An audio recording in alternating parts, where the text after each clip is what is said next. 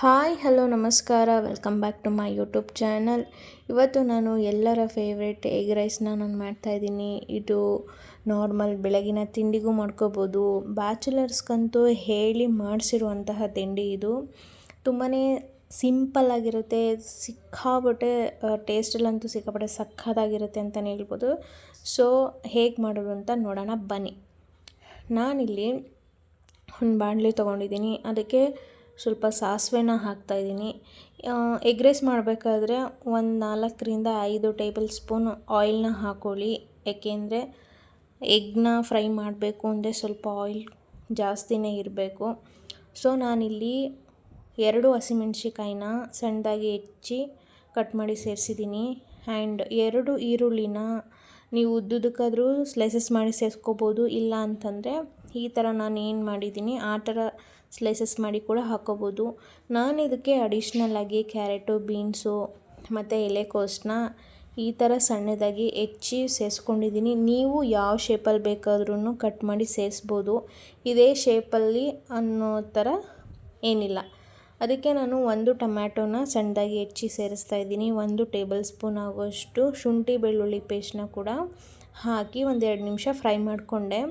ಟೇಸ್ಟಿಗೆ ತಕ್ಕಂತೆ ಸಾಲ್ಟನ್ನ ಹಾಕ್ತಾಯಿದ್ದೀನಿ. ನೀವು ಮೊದಲೇ ನಿಮಗೆ ಅಳತೆ ಏನಾದರೂ ಗೊತ್ತಾದರೆ ಸಾಲ್ಟು ನೀವು ಒಂದೇ ಸಲ ಹಾಕ್ಕೋಬೋದು, ಇಲ್ಲ ನಾನು ಸಾಲ್ಟು ಜಾಸ್ತಿ ಹಾಕ್ಬಿಡ್ತೀನಿ ಅಂತ ಭಯ ಇದ್ದರೆ ಟೇಸ್ಟ್ ನೋಡಿ ಸಾಲ್ಟನ್ನ ಆ್ಯಡ್ ಮಾಡಿ. ಸೊ ನಾನು ನೀಟಾಗಿ ತರಕಾರಿ ಎಲ್ಲ ಬೆಂದಮೇಲೆ ನಾನು ಈ ಥರ ತರಕಾರಿ ಎಲ್ಲ ಸೈಡಿಗೆ ಇದು ಮಾಡಿಕೊಂಡೆ. ಸೊ ಇದರಿಂದ ಆಯಿಲೆಲ್ಲ ಏನಿದೆ ಎಕ್ಸೆಸ್ ಆಯಿಲ್ ಎಲ್ಲ ಮಧ್ಯ ಬರುತ್ತೆ. ಸೊ ನಾನಿಲ್ಲಿ 3 ಎಗ್ನ ನಾನು ಸೇರಿಸ್ತಾ ಇದ್ದೀನಿ. ಇದಕ್ಕೆ ನಾನು 1 ಟೇಬಲ್ ಸ್ಪೂನ್ ಆಗುವಷ್ಟು ಪೆಪ್ಪರ್ ಪೌಡರ್ನ ಸೇರಿಸ್ತಾ ಇದ್ದೀನಿ. ಅರ್ಧ ಟೇಬಲ್ ಸ್ಪೂನ್ ಆಗುವಷ್ಟು ನಾನು ಅಚ್ಚ ಖಾರದ ಪುಡಿನ ಸೇರಿಸ್ತಾ ಇದ್ದೀನಿ. ಇದನ್ನು ಎರಡನ್ನೂ ಮಿಕ್ಸ್ ಮಾಡ್ಕೋತಾ ಇದ್ದೀನಿ. ನೀವು ಕೈ ಬಿಡ್ದೇ ಮಿಕ್ಸ್ ಮಾಡ್ಕೋತಾನೆ ಇದ್ದರೆ ಅದಾಗೆ ಅದು ತಾನಾಗೆ ಉದುರುದ್ರು ಆಗುತ್ತೆ. ಸೊ ನೀವೇನಾದರೂ ಕೈ ಬಿಡದೆ ನೀವೇನಾದ್ರೂ ಫ್ರೈ ಮಾಡ್ಕೊಳ್ಳಿಲ್ಲ ಅಂತಂದರೆ ತಳ ಹಿಡಿಯೋ ಚಾನ್ಸಸ್ ಇರುತ್ತೆ. ಸೊ ನೀಟಾಗಿ ಈ ಥರ ಉದುದ್ರಾಗೋ ತನಕ ನೀವು ಫ್ರೈ ಮಾಡಿಕೊಂಡ್ರೆ ಸಾಕಾಗುತ್ತೆ. ಇವಾಗ ನೀವು ಸ್ವಲ್ಪ ಟೇಸ್ಟ್ನ ನೋಡಿ ಈಗ ಸಾಲ್ಟನ್ನ ಕೂಡ ಆ್ಯಡ್ ಮಾಡ್ಕೋಬೋದು. ಟೇಸ್ಟೆಲ್ಲ ನನಗೆ ಸಾಲ್ಟೆಲ್ಲ ಕರೆಕ್ಟಾಗಿದೆ ಅಂತ ಅನ್ನಿಸ್ತು. ಸೊ ನಾನು ಹಾಗಾಗಿ ರೈಸ್ನ ಆ್ಯಡ್ ಮಾಡ್ಕೋತಾ ಇದ್ದೀನಿ. ನಿಮಗೆ ಎಷ್ಟು ಜನಕ್ಕೆ ಬೇಕೋ ಅಷ್ಟು ಜನಕ್ಕೆ ರೈಸ್ನ ಆ್ಯಡ್ ಮಾಡ್ಕೊಳ್ಳಿ.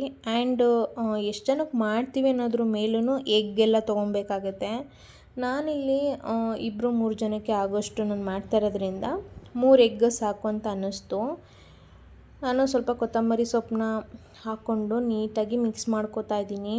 ಇದ್ರ ಜೊತೆಗೆ ನೀವು ಅಡಿಷ್ನಲ್ಲಾಗಿ ಎಗ್ನ ಆ್ಯಡ್ ಮಾಡ್ಕೋಬೋದು. ಯಾವ ಥರ ಅಂದರೆ ಸ್ವಲ್ಪ ಆಯಿಲ್ ಹಾಕಿ 1-2 ಎಗ್ನ ಮಿಕ್ಸ್ ಮಾಡಿಬಿಟ್ಟು ಅದನ್ನು ಎಗ್ ಬುರ್ಜಿ ಟೈಪಲ್ಲಿ ಇದು ಮಾಡಿಕೊಂಡು ನೀವು ಮೇಲ್ಗಡೆನೂ ಸ್ವಲ್ಪ ಎಗ್ ಬೇಕು ಅಂತಂದರೆ ನೀವು ಆ ಥರನೂ ಕೂಡ ಆ್ಯಡ್ ಮಾಡ್ಕೊಂಡು ಸೇರಿಸ್ಕೋಬೋದು.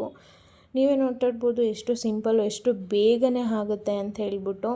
ನೀವು ಒಂದು ಸಲ ಮನೇಲಿ ಟ್ರೈ ಮಾಡಿ. Thank you so much.